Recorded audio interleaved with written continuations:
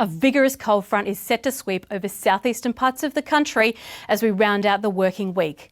Hi, I'm Jenny Sturrock, and what we have at the moment is a big moisture infeed from the north.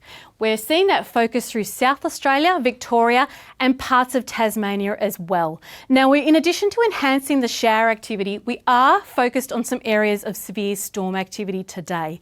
And that's namely through parts of South Australia and then into central and northeastern parts of Victoria, and that risk will continue into the early evening tonight.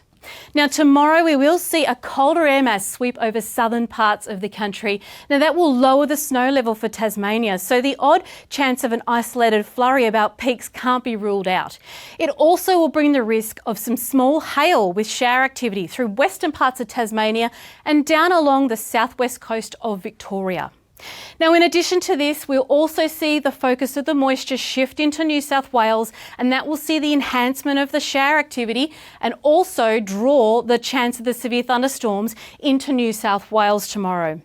Now, in addition to heavy rainfall, we are expecting the risk of damaging winds and large hail with that storm activity, and the timing of the storms is also important.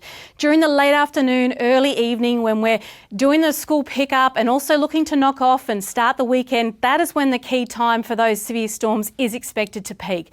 So please make sure you're aware of what the latest warnings are before you get out there and get about your business to start the weekend. In addition to the land-based impacts, we are expecting a low-pressure system to develop. Now, that low-pressure system could drive damaging winds right through the southeastern parts of New South Wales early Friday into Saturday as well. And a severe weather warning for damaging winds will be issued leading into that event.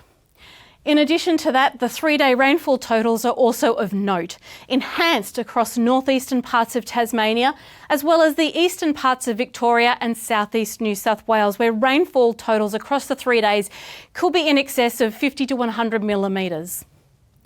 Now, this low pressure system is also going to enhance the sea state, so we are expecting enhanced swell as well as wave heights in excess of 5 metres possible. So that damaging surf could also lead to coastal erosion.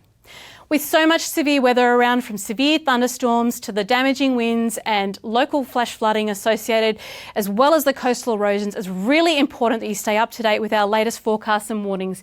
And you can do that by following our website and looking at our socials. Thanks all for listening.